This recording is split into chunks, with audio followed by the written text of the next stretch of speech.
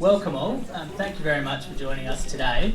My name is James John. I'm the Legal and Project Manager at Renmark Irrigation Trust, and I'll be helping facilitate our discussions today.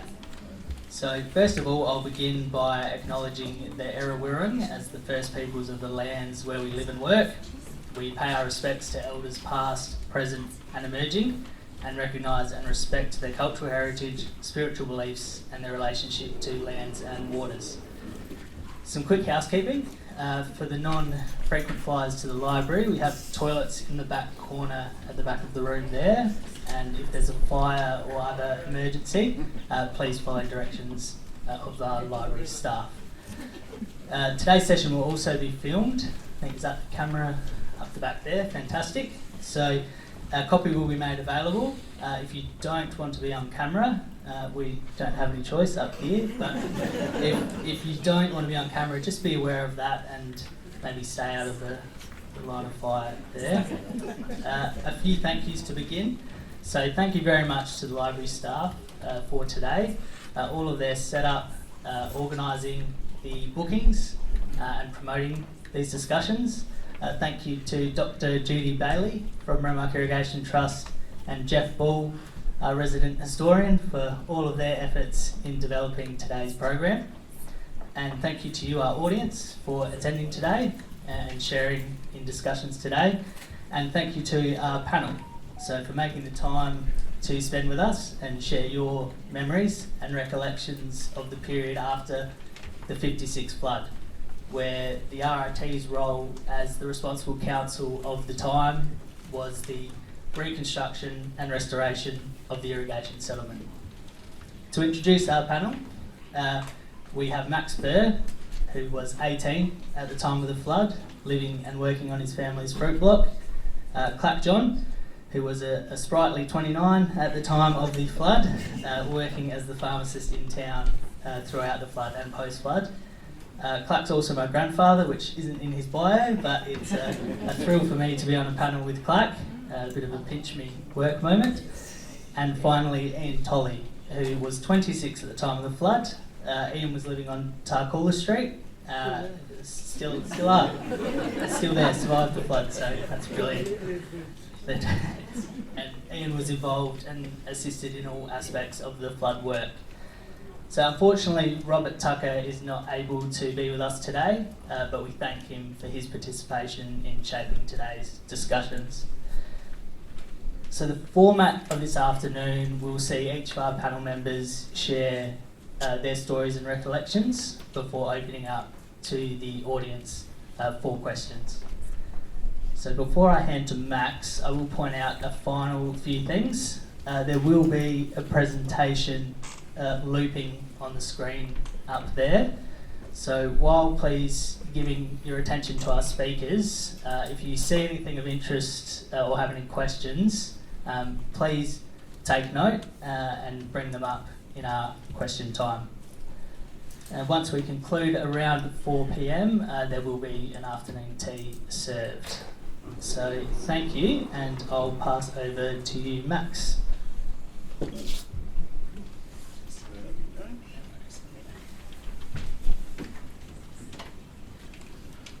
Well, welcome everybody. It's great to see many old faces. It's been a very interesting journey for me. It's brought back a lot of memories, and likewise, once this was mentioned, there was a lot of thought seeking and looking into whatever way we're going to approach this, and it's been very interesting. Incidentally, you'll see on the screen two shots in particular where both said there's Sid Burr. Well, that's incorrect. It's Fred Burr. Fred was my father. And I don't know how Sid got up there, but anyway. Okay. So just bear that in mind when you see Sid. Just put you in the picture from where I was situated in 1956. I was still living with my parents. And our home was on the corner of Rowrell Avenue and Goulburn Street.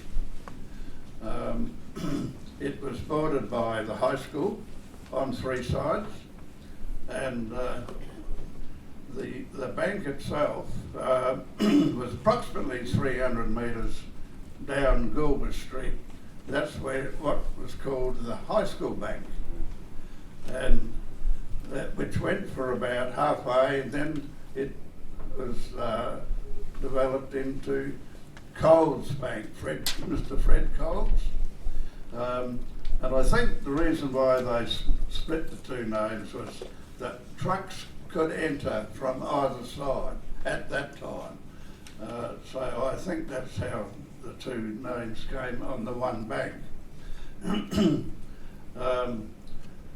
It was interesting in as much as that the trucks had to build the banks, they had to back all the way in because there was no room to turn, although when they started there was no water at the base of the bank, but it was looking like it would be there any time, so they backed all the way in and deposited their dirt, and it was our duty to level it out, compact it the best way we could, and that was simply by running it over with a tractor up and back to compact the soil. Incidentally, that particular bank was built on or over an existing 1931 bank, and most of it was still there. It was quite easy to see where it was, and from there on we just continued building up the bank until it got to the required height. Once it got there, it was, well, incidentally, the way we organised soil to come in was just a matter of a phone call to the coordinating committee, which was set up in town, and I think it was at the Institute. The committee was formed there and stayed there right through to the end of the flood. The particular night, when the bank was, well, we'd finished for the day, there was Mr. Bill Pannon. He was looking after the Coles Bank, and my father and myself were looking after the high school bank. We would start at each end and we would walk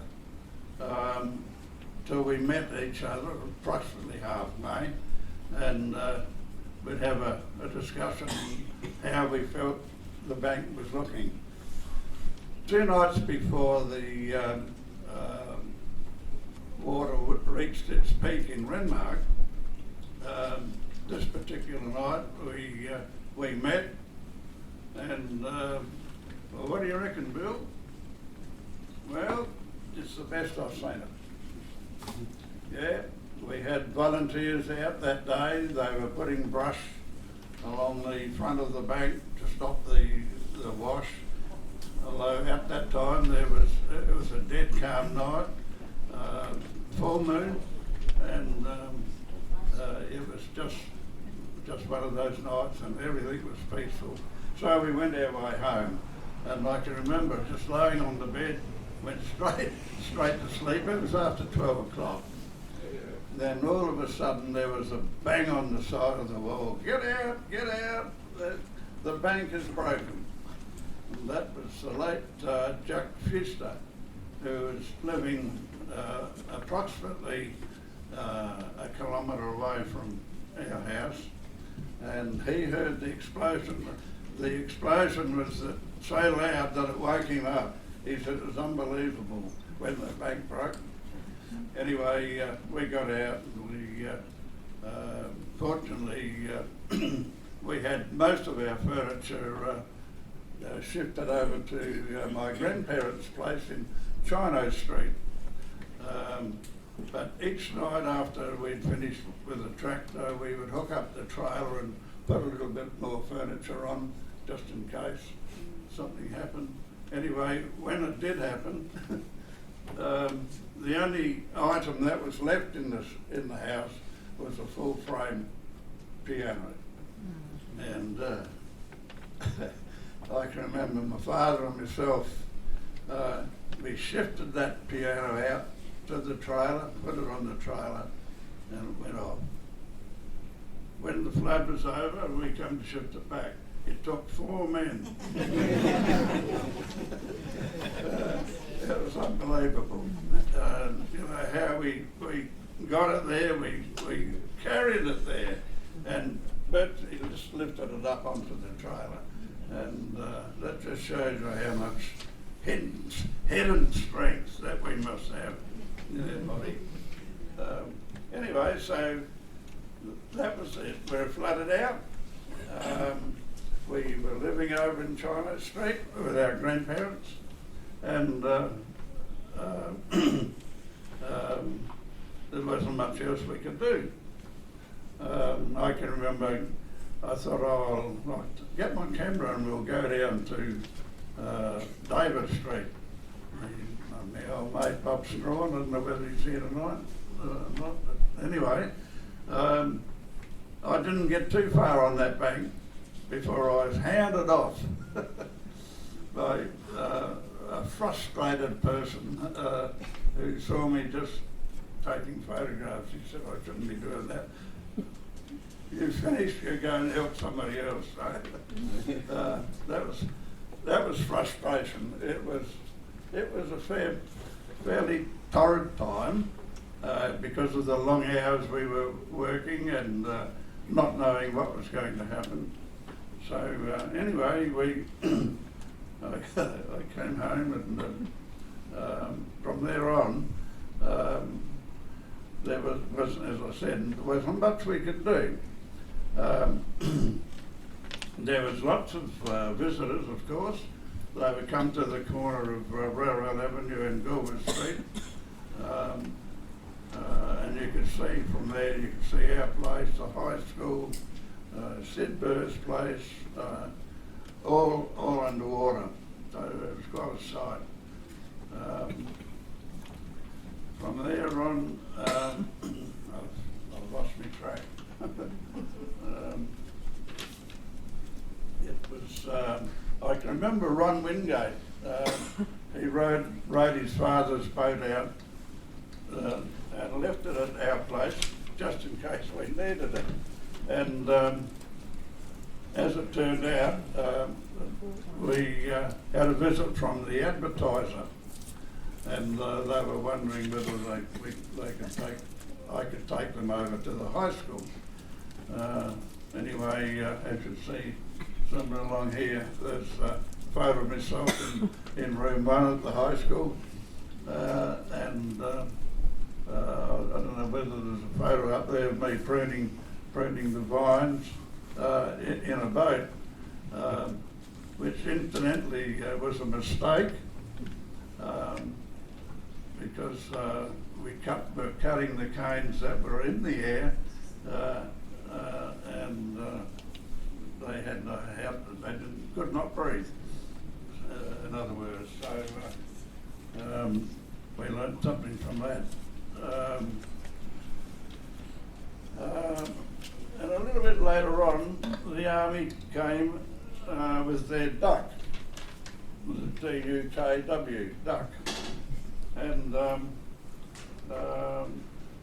they wanted to go over to Fred's Cole's place and retrieve some items out of his place.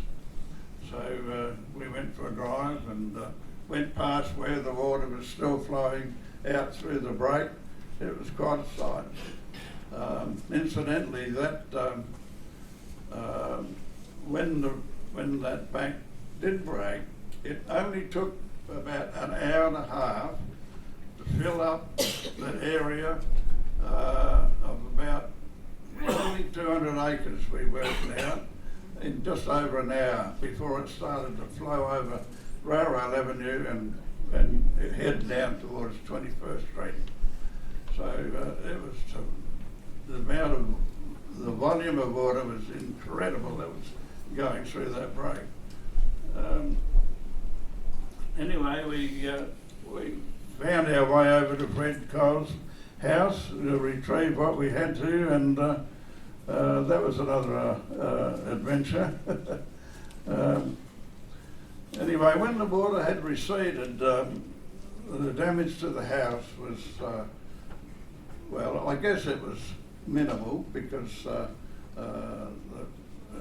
structure, the main structure of the house was still intact, and my father had to cut the plaster wall up about a metre off, take that away and just replace it with a new piece. So whilst it was a little while, we moved back and commenced our normal life again. Yeah. Excuse me, just lost the track. Yes, in that time the government was offering incentives in the way of a grant to repair your whatever was damaged and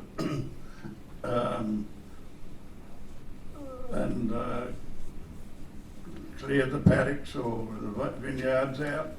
And Dad decided rather than replant, he would go into a small dairy, and which only took about 4 acres of young Malaga tree, vines to come out. We planted with a pasture, and we bought, with the grant money, we were able to buy a 2 milking stand, a separator and a hammer mill, and enough money to plant up 4 acres of pasture, and we started. And it gave a very quick return of money, which was the aim, of course, and we stayed with the cows for a number of years. I don't know how many, but we delivered the milk to Fallon's Dairy, which then at the time was situated at the southern end of 22nd Street.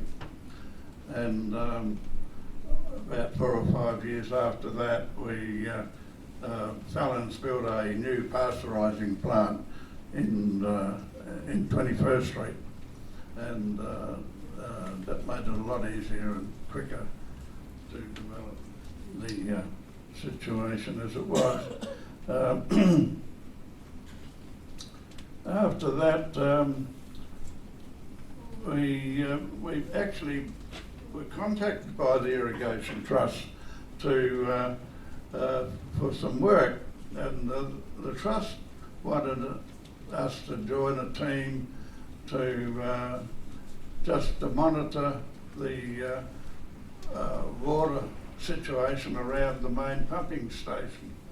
There was about 6 or 7 water points which had to be watched because of the seepage still coming in, and that had to be pumped out.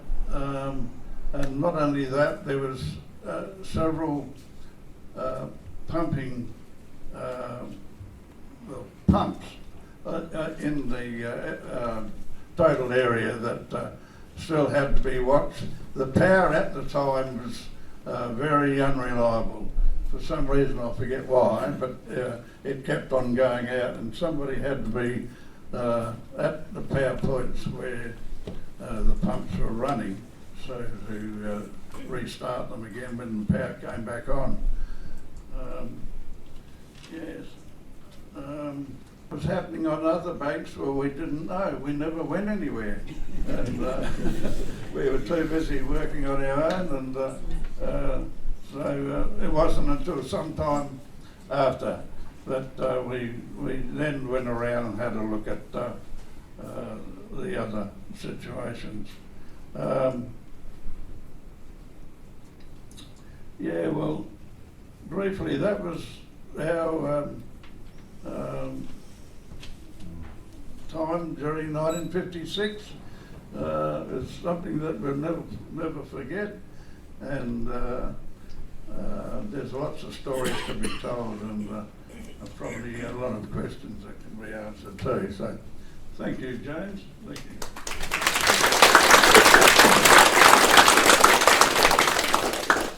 Okay, thanks, Max. Hello, everybody. I think most of you know me. At the time of the 56 flood, I was only a young 29-year-old. But at that time, we just purchased a house in 16th Street from a fella called Ab Philpott. Now, I don't know if you knew, the Philpott family at that time were quite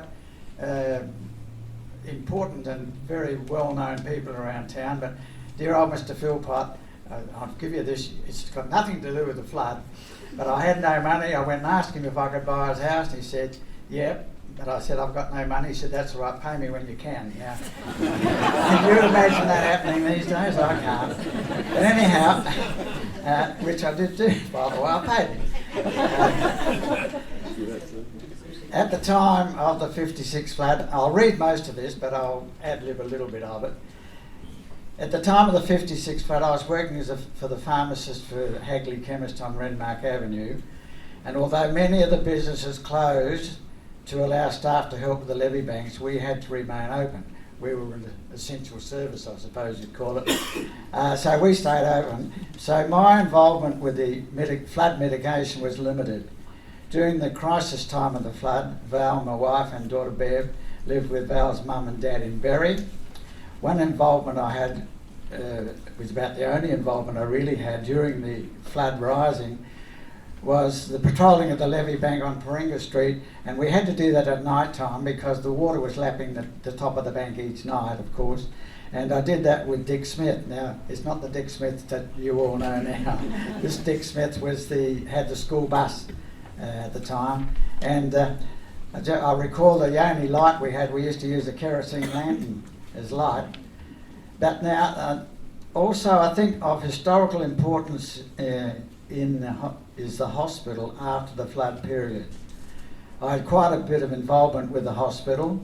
Just to fill you in, I was on the board for 25 years and I was chairman for 6. And because of my work at the pharmacy, I visited the hospital most days with medication, etc. for the patients. We were up there every day really. So I saw a lot of the happenings during the flood and after the flood. The total rehabilitation of the flood took years rather than months, as everybody had hoped. It was a long, ongoing process. During the flood and after the flood, the chairman of the board was Gilly Hammerster, who had a motor car business in Renmark, and the secretary was Ern Jarrett. Now, Ern Jarrett, the Jarrett Memorial Gardens here are named after him. He was also, I think, the town clerk at the time. And on the board also was Dick Waters, who was the manager of the RIT at the time. He was the RIT delegate to the hospital board, and also he was the chief financial officer of the hospital. The hospital at that time was funded mainly by the board raising their own money from the hospital inpatients, but also there was a compulsory contribution from the councils around the area. The Irrigation Trust being the largest council, they used to put in, at the time of the flood, it was about £1,000 a year. The Renmark Corporation, they put in some money, the Paringa Council, and even Loxton in those days contributed to the ongoing of the Renmark Hospital. During and after the flood, it was a difficult period of time.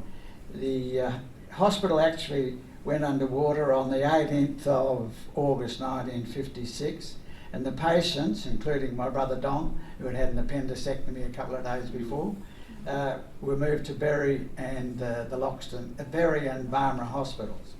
And the arrangement was that the hospital would pay, get this, £2 per day per patient to keep the patient down in those two hospitals, and the patients were to be treated by the local doctors in Renmark, who at that time were Kevin Wilson and Bill Sleeman. It was originally thought that the hospital would only be closed for a few weeks, but it soon became obvious that it would be much longer. In fact, the hospital was gradually recommissioned with new floor coverings, walls had to be stripped down, painted, and from the November 56, when the first patients first went back into the hospital, until April 57, the daily bed average was only 5 patients.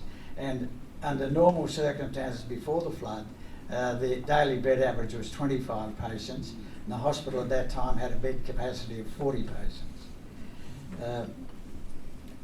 Interestingly, all the trees in the lawn in the front of the hospital, which are now beautiful big trees, all the trees at that time died, and after the flood they had to be replanted. So if you look at any of those trees there, they are all post-1956 plantings.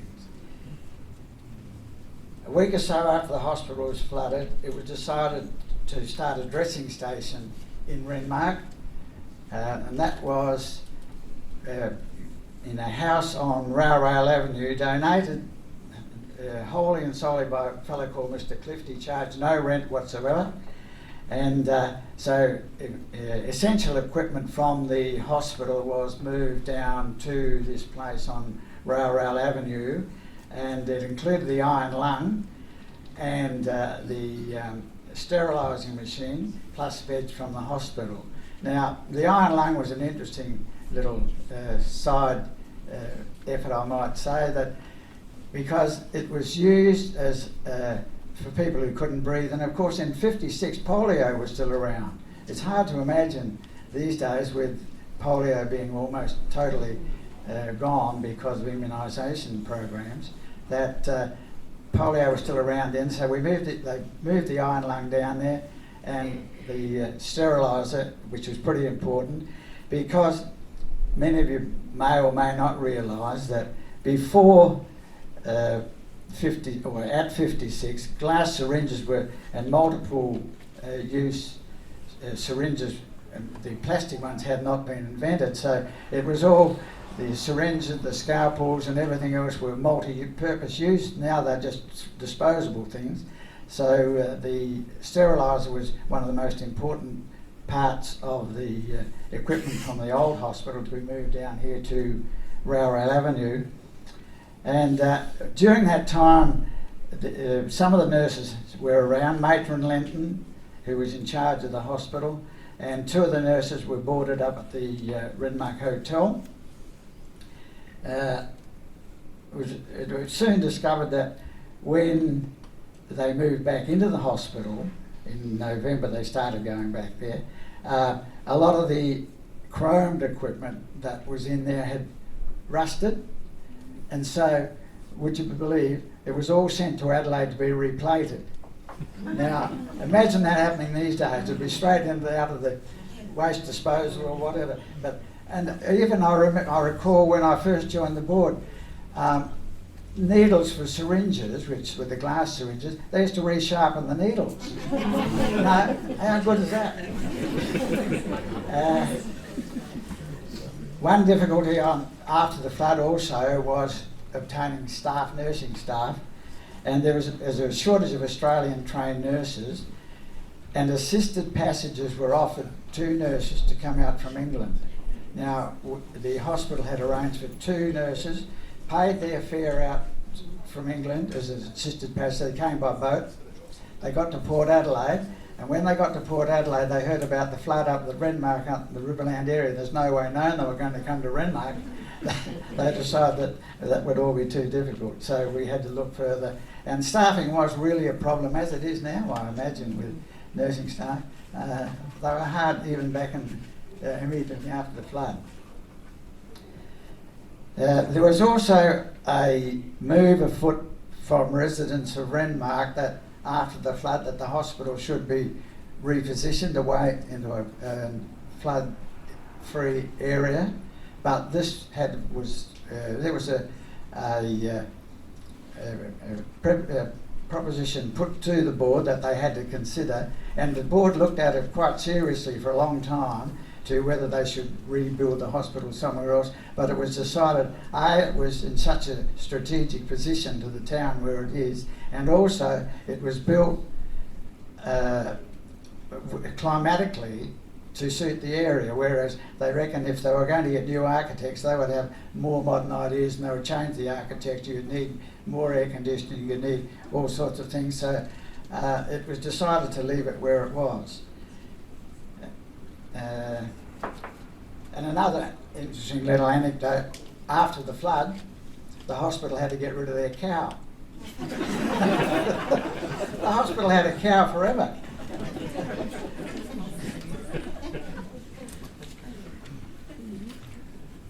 Now, on my own family side, my father came to Renmark on Christmas Day 1911. He came up here as a blacksmith. He worked for Coolmans, who had a foundry near where the Ozone Theatre is now, and then he purchased a fruit block out on Bookmark Avenue for a little while, and then he bought the property where I was living when my ancestral home was out next to the Renmark Growers Distillery. So during the flood, Mum and Dad were living on the property. It was about 25 acres, fronting Renmark Avenue and 23rd Street and joining the Renmark Growers Distillery, which is now the 23rd Street Distillery and at one time called Renmarno. And the property consisted of drying grapes and wine grapes plus stone fruit.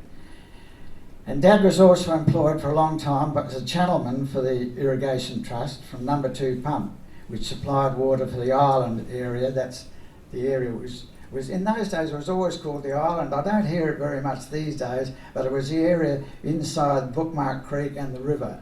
The whole area, that was always referred to back in when I was a kid as the island.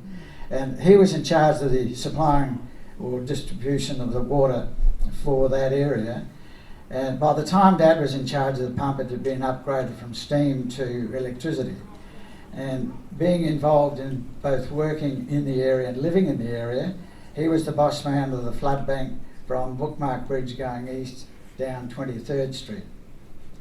The flood didn't cover very much of his property, as was protected from the flood bank down 23rd Street, and the railway line from Bury to Barmera was in the front of our house along Renmark Avenue. So that kept the water over the Hollywood side, and so Dad's property was not flooded at all.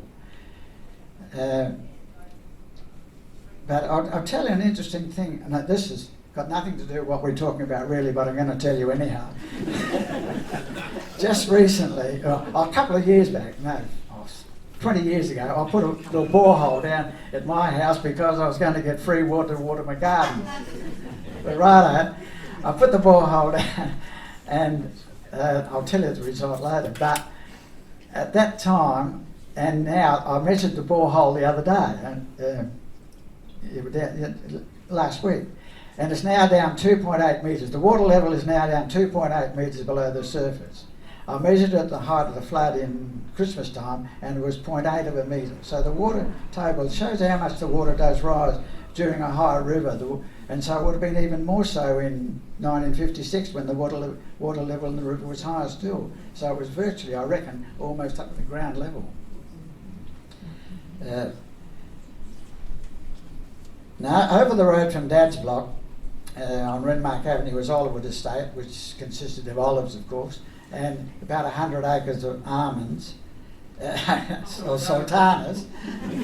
I was looking at the almond growers there. 100 acres of sultanas, and at that time was owned by Alan and John Glenn of Melbourne. Of course, it was started by the Chafee brothers, and the manager was Jack Sandercock. The water rose from Bookmark Creek through most of the plantings, but not the house. Not many plantings were completely underwater, so the damage was minimal. However, after the flood peak, a lot of water remained, and they had a big waters harvester. I think it's on the PowerPoint display. You'll see a water harvester. That seemed to me, from memory, to go for days and days and days before they took all the water out of Wallerwood and pumped it back into Bookmark Creek. Getting back to Dad's property, about half of the plantings were dead. The decision had to be made because of seepage. There was no water on the property at all from the flood, but the seepage water killed at least half of his holding, and so he had to make a decision whether he was going to replant or what he was going to do, or what else was viable. But fortunately for him, and not some of the rest of the family, but Carl Wiedenhofer, who was the manager of the Renmark Growers Distillery, came over to Dad after one of the board meetings and wanted to know if Dad wanted to sell the property. And so Dad was 70 at this time, and he thought, well, that's a good idea. So they offered him a very good price for it at the time. So he went with the process, and he decided he'd sell it to them because it suited the winery very well, of course, because our property was on both sides, on the Renmark side and also the 23rd Street side of the winery. So when they bought Dad's property, they had all that square land, and that's eventually where Townsend's bus service was. That was all Dad's property at that time. But the interesting thing as far as flood rehabilitation and what happened after the flood was when Dad sold the property, it was a fait accompli. It had all happened. He'd signed, sealed and delivered and got the money before he told my mother anything about it. So you can imagine she was not a happy little camper, I can tell you. She did not like the idea. She wanted, if ever she was going to move, she wanted to subdivide the house block and stay out in the settlement area rather than move into town. But it was all done, and so I just put the question to you now. Who of you gentlemen here today would be going to go and sell your property, get the money in the bank and have it all done before you told your wife? Another interesting aspect of the rebuilding after the flood, to my mind, was the distribution of flood recovery grants to help growers financially. Now this happened in 1956 and 57 probably. I don't know how the funding was available or how it was allocated, but I do know, and I heard a lot of it, there was a lot of ill feeling, innuendo, facts, fiction. Some, how did he get that much money? How did they get that much money? Who allocated the money? And there was a lot of feeling about the money that was distributed to the growers for rehabilitation after the flood. And probably, I hope not, but probably the same thing could happen again now. But that's about all of my memories of after the flood. But there's one thing I would like to mention to you, and in conclusion, that I remember after the history of the 1956 flood should include what is now known as Are You OK? It was not even thought of in those days after the 56 flood. Mental health is a much discussed problem at present, and was hardly known then. And I know a lot of people had problems. It was somewhat ignored because treatment was limited, and little research had been done on mental health. There was no first aid on mental health. To my mind, it was the old, snake oil and spider eyes days. You'd try something and just hope that it worked, and nobody really had a clue. Unfortunately, this Are You OK program is going now, and I think everybody should adhere to what they're doing and listen to what they're doing and ask others who are affected, because there's a lot of people affected. And particularly recently I was down below, further down the river, and some of those people down there, I was amazed at the devastation that it has caused to their houses, their shacks. It's quite important. And of course now it's not so bad, because in 56 there was very little medication treatment available now, but in 1963 it was, a product called Valium was brought onto the market. It revolutionised mental health treatment. There are two things, I'll digress for a moment, sorry. Two things in my time in pharmacy that revolutionised medicine as far as I was concerned. One was penicillin in 1946 and the second was Valium in 1963. It made such a difference to the life of people. In fact, in conclusion, I'll just tell you the facts that from 1963 till 1973, that's a 10-year period, Valium was the most prescribed drug in the United States of America and probably Australia too. So that's how important it was. It was the most used medication by doctors virtually throughout the world. And so this is why I say to you, the "Are you okay?" problem should be addressed very seriously. Okay, thank you very much.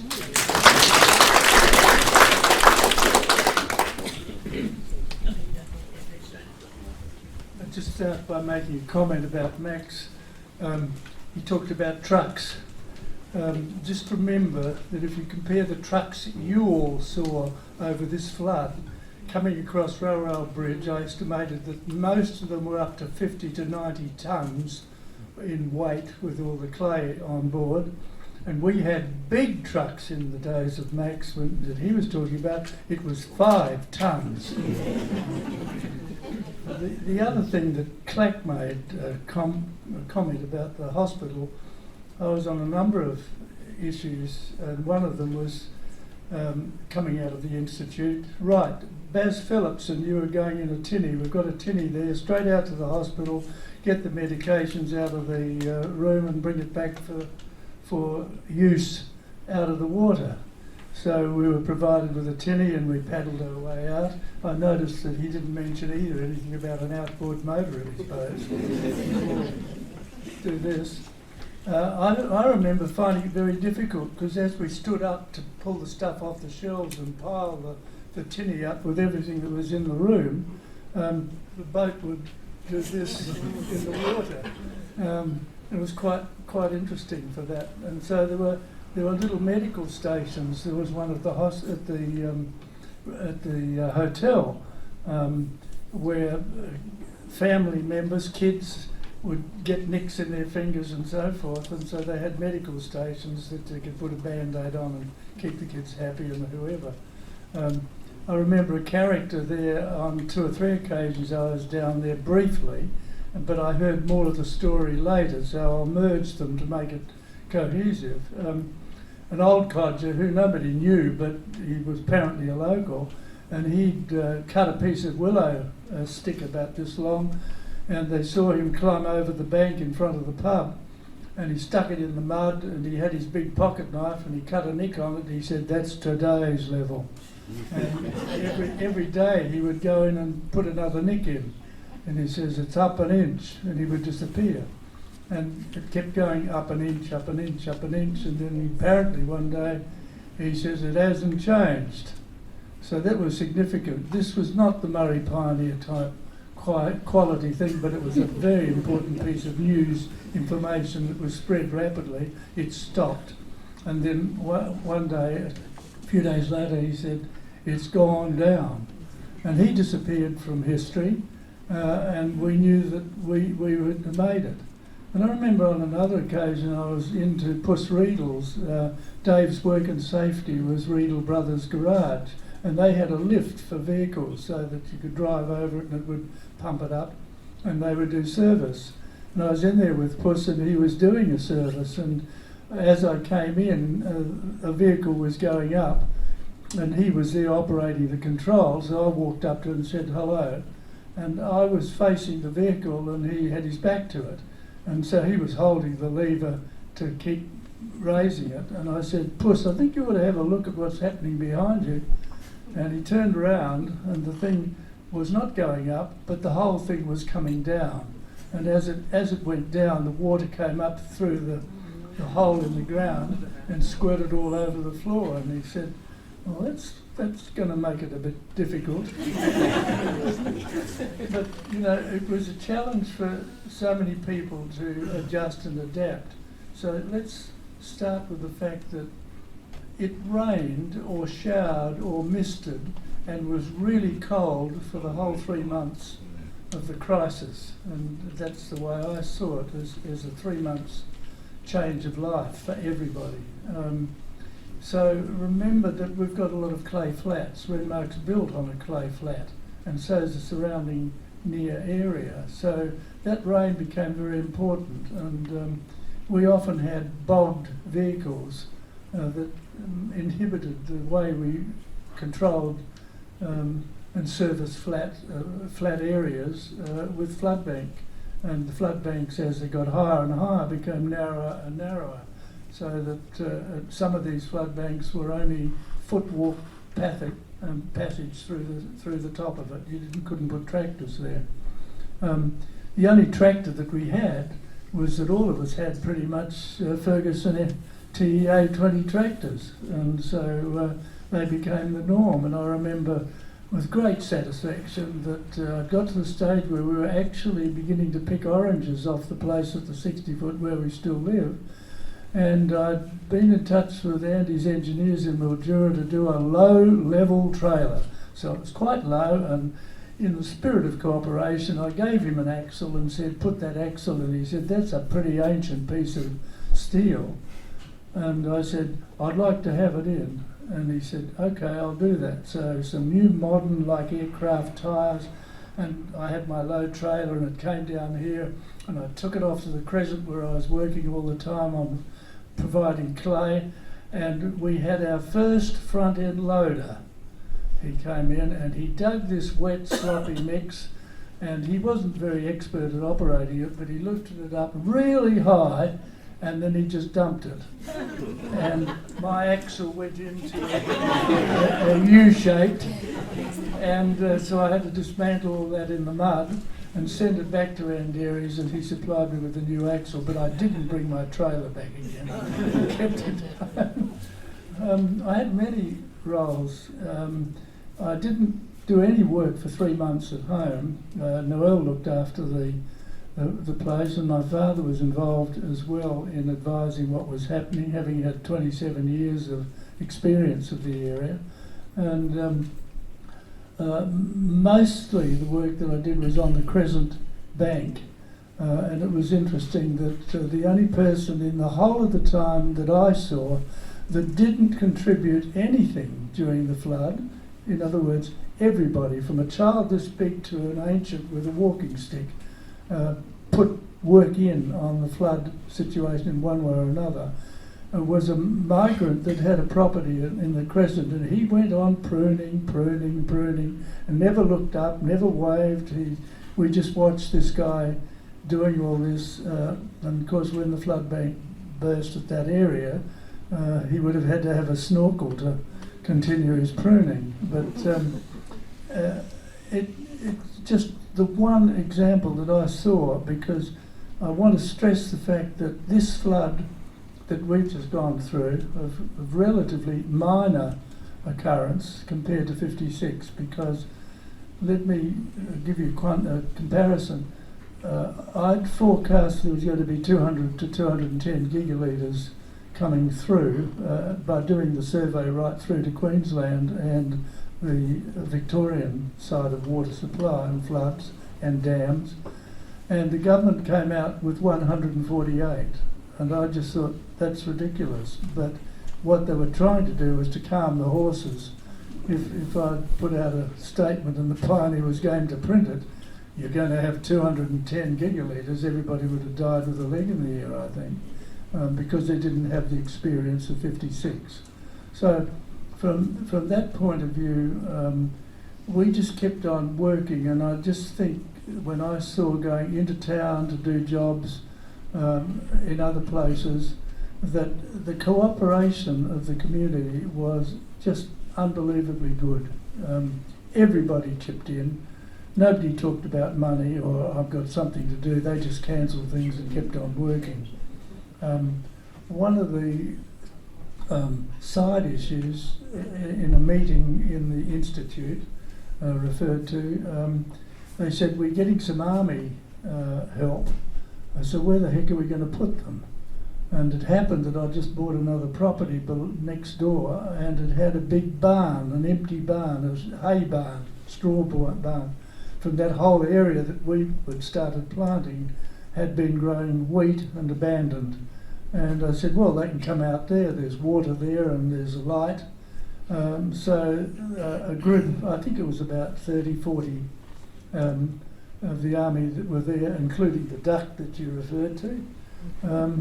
And they laid a line across to my bedroom, and so I had a telephone, and this was a telephone. Hello, how are you? Speak up! And then I would get a telephone call to say, we've got a crack in a flood bank out at Chafee in such and such an area we could do with 6 or 8 people. And so I would ring up the guys across the road and say, I want 8 people or whatever. And they didn't know where to go, so I would take them out in the middle of the night and make sure that they had the facilities that they needed, and then come back and go to bed again. So each time there at night. Now remember this, we're in the rain, the wet, the mud all day, from daylight till dark. So the thing that motivated us was get home and have a hot shower and go to bed. So you're always in your pyjamas as soon as you could get home. And that meant getting dressed again, going straight out, come back and keep on going. And I think so many people had issues like that. Get up, it's your turn to do 3 hours and survey the flood bank, and you've got your lantern, and report back if it's okay or not, whatever. And it was a continuum of disasters of minor matter which could have been major, and everybody jumped into it and became skilled at things that they had never thought that they would ever do. This guy's getting very agitated. Thank you very much, Ian. So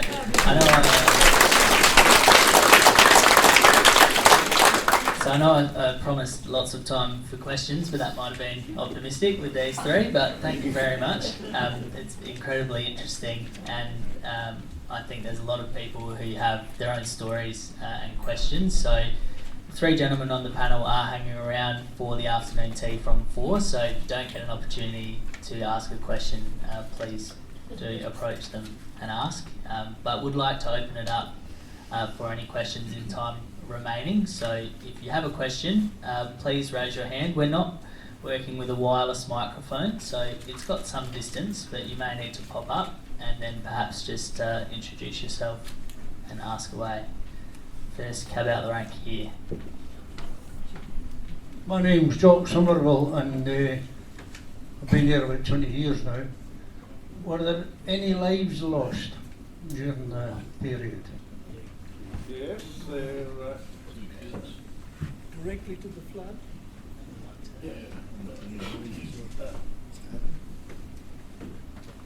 Yes, I know of one. He was a little bit younger than myself.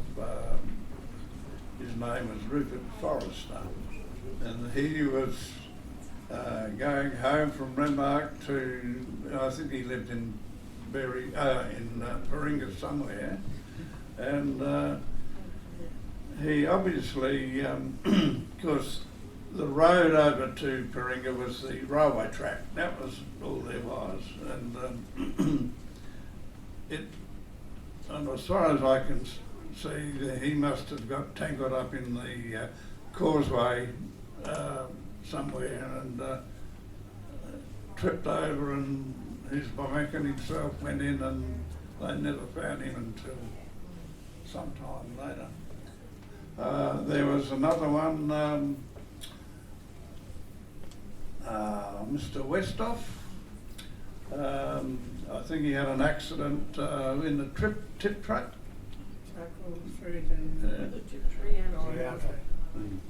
And that's the only 2 that I know of. Yeah.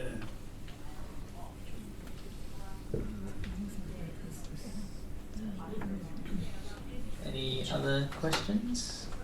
One here in the front as well. Ted Townsend. I'd like to talk just a little bit about the rebuilding of the flood banks in '56. I think it was around about 1957, 58 that process started, and at that time I was living in 25th Street with our family, and I don't know why, but this was where all the earth machinery came to rebuild the flood banks as necessary. Now I can remember, I can't think of the name of the tractor, but it was an English tractor. It was a very big Vickers. blue one. Vickers. Vickers, right.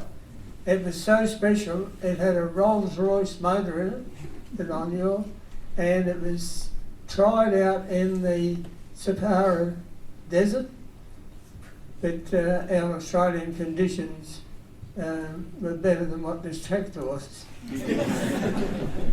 So anyway, yeah, it started there, and they went on for a chap by the name of Jack Nicholson. He was the operations manager, and a chap by the name of Lyle Deacon was the owner of all these machines. As time went by, machines became better, and they finished up with what was called a twin power scraper. Could carry 30 cubic metres of earth at a time. And this machine was so good that the operators could only operate for 2 hours because of the shaking and the bouncing and the noise. And so they had 2 hours on and 4 hours off, and they gradually went through, as I see the Pioneer says, something like 40 odd kilometres of banks that had to be replaced. One other thing is that they were talking about the water harvesters. I was saying to Jeff Bull this morning that there is one of those harvesters just at the end of the Jane Eliza, where the Murray Princess and those put their boats in for a dry dock. So there's still one of those around. And finally, my uncle had a property not on the flood side of the bank at 25th Street, but on the other side. So he got a lot of seepage water, and for his compensation was £8, 2 and 6.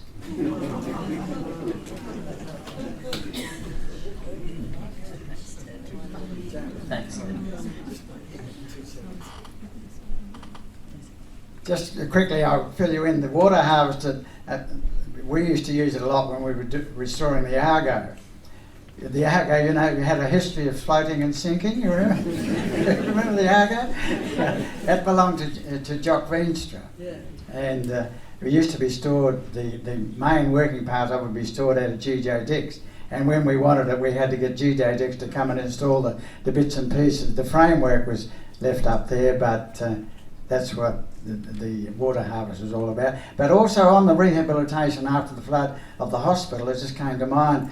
The hospital itself paid for and instigated the rebuilding of the flood bank behind the hospital after the '56 flood.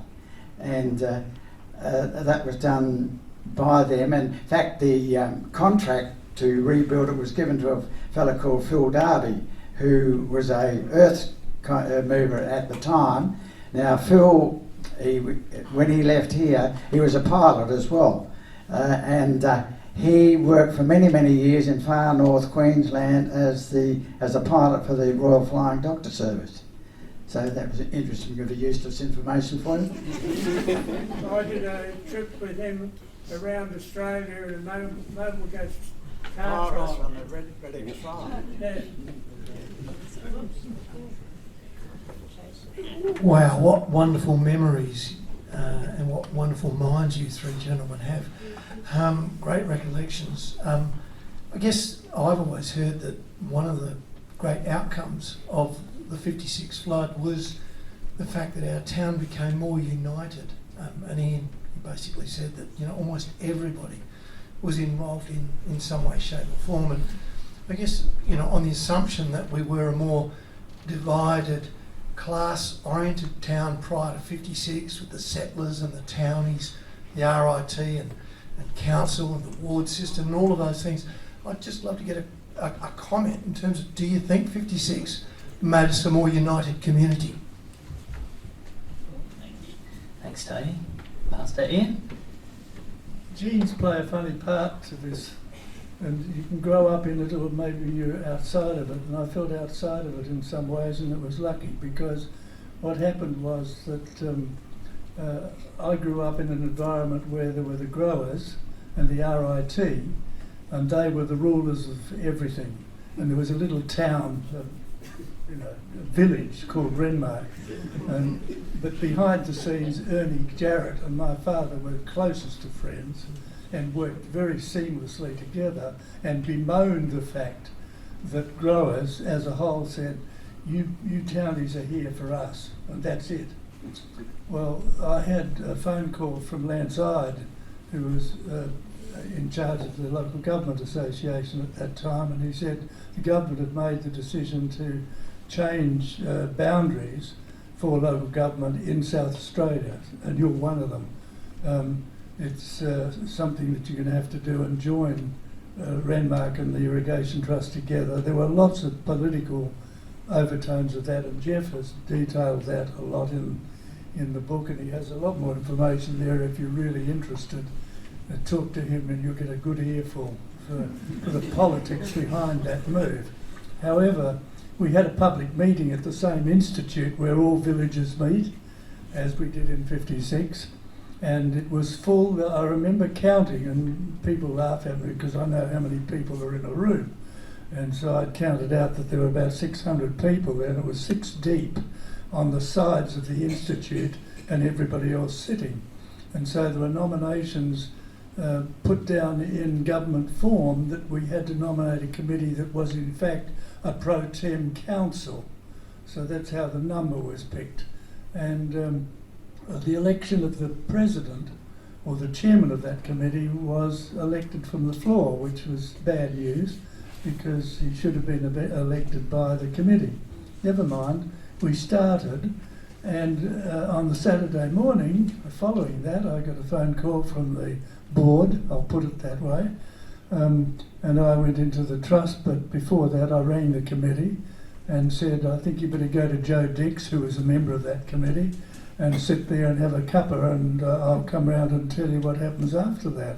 And immediately I was sat down and said, well, as the son of John Tolley, who's been here for 27 years, we know where your loyalty is for the growers, and we aim to maintain this, and we've got a whole lot of things there, we can count on you for that. And I said, well, thanks for the information, good. And I went straight round to Joe and I said, well, the sabotage continues.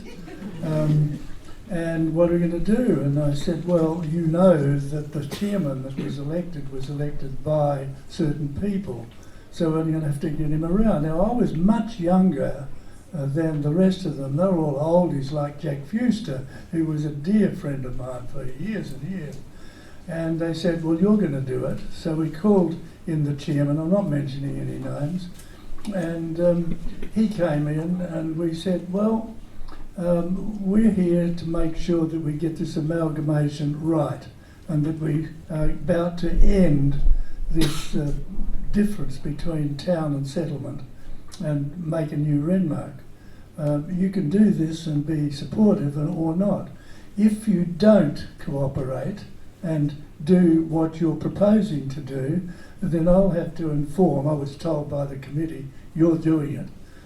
Inform Land's Side and you'll be booted out immediately. And in those days swearing was not something that was really special. Damn and blast and things like that would be common for guys digging trenches and so on. But he was a very imposing figure and he just looked around at all of them slowly and he said, you bastards. And then he walked out of the room and disappeared. And I said to the committee, well, that went well. In the main, he then made the decision that he had no option, and he became a very good chairman. But Jack Sharley, guess who's asking a question? Jack Sharley was a key, and I really pushed to have Jack as secretary, and he worked his butt off for that amalgamation, and I would give him the number one ticket for that. He was wonderful, and we had a very seamless transition. We were elected as the first council because of the numbers, because the next council election was 7 months away. And then one Saturday morning I had one of the Irrigation Trust members stop me on the road and said, in similar terms, "You bastard, you won't get elected at this next election, I'm standing," and then he drove off. And I thought, well, that's going well. And at the end of that, we had the election. I think I got 580 odd votes and he got 4. So there you are. Thanks, Ian. Got time for one or two more. Margaret, hand shot straight up. Margaret Duggan, Renmark. I worked in the council office during the 56 flood, 6 years afterwards, and it was more or less the hub of everybody. We're about the only people that were still working. The trust worked part-time, but most of the shops that were shut, and we were getting all the messages from everybody. There were people from farms all around Australia sending bags, wheat bags in those days, the great big jute bags, a truckload of them. There were people sending food. There were people sending everything from all around Australia. It was just amazing, the help that everybody got.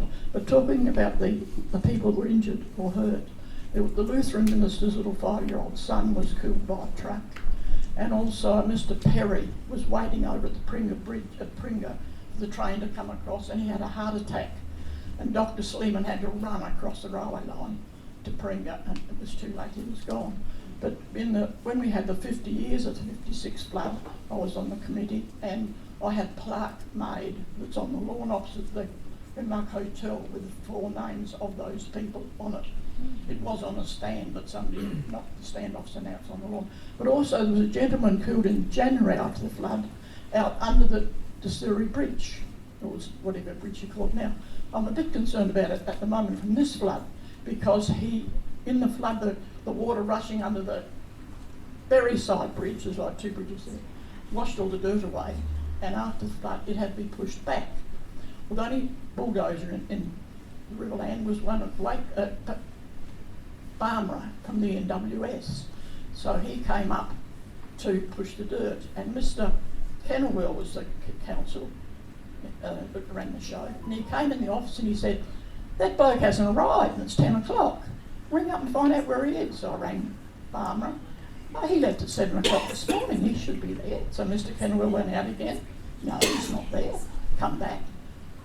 An hour later he come back and he said, "You wouldn't believe this," but he said the bloody bulldozer went in there, down the hole, up in there, and he was crushed against the underneath of the bridge and killed. But at the moment there's a huge pool of water there now from this flood, and it's still there today, and I'm just wondering whether that's a big hole and what's under that bridge now, whether that same thing's happening.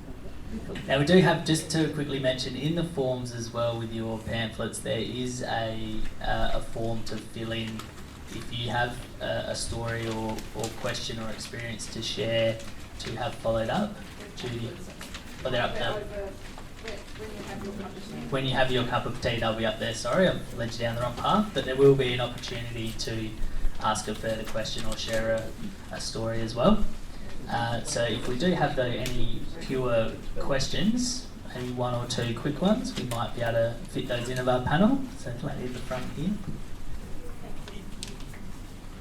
My name is Catherine Carruthers. I was Catherine Joanne, and I was 4 years old when the flood was there. I'd just like to thank these gentlemen here for everything they did at the time to save Renmark, and I can actually say that they are my first memories in life as the 56 flood. I'll just be very quick about this, but mentioning the Romano Bridge, I can remember we lived in Charles Street, so we had to go right around, and I was sitting in the back of my parents' FJ Holden, probably one of the first FJs in Renmark, because Dad liked his cars, and looking out the window, and Mum was saying, and I could see all the water coming, it was an older bridge there then, I saw a photo of it, and the water was lapping up onto the road, and the whole bridge, I can still feel that bridge swaying, and Mum, who's a very calm person, was saying, "Oh, Jim, the bridge is swaying, I hope it doesn't collapse." So they're my first memories, and I just wanted to share that with everyone, and everyone did come together in that flood. And another one was standing with Tom Ango, and I'm hanging on, Dad was there, I think he was some crash crew or something, or helping out at Ango's, and hanging on to his leg like that, looking up with the mallee sticks on top of the flood bank and the water lopping over the top. And one of the fellas did say, "Oh, I don't think it's going to see through the night." And I don't know to this day whether that bank broke or not. It was okay. Yeah. It was very sloppy. Very. And on Bookmark Avenue, my uncle Nick joined, and I really related to what Mr. John did say about that, because he lost all his property at the back of, like it was along Bookmark Avenue, and he spent 10 years away with breakdowns and things like that from the flood. And I do believe I have a photograph home of that army duck with my uncle Nick sitting on it, because he was in the army. And it's sort of, I was told growing up that that was the army duck that came for the flood. That's all I've got to say. Thank you. Okay, well, we might relieve the gentlemen on the panel, and they're hanging around for an afternoon tea, so please do approach with any other questions or reach out through those forms. We do have a small gift and token of appreciation for our panel members, so you do get something for coming and sharing your time, which all really appreciate. Appropriate, because we were talking about a voluntary Well, you still get a little something in. So, as a token from the Trust and from us all, thank you very much to our 3 panel members for coming and sharing their stories.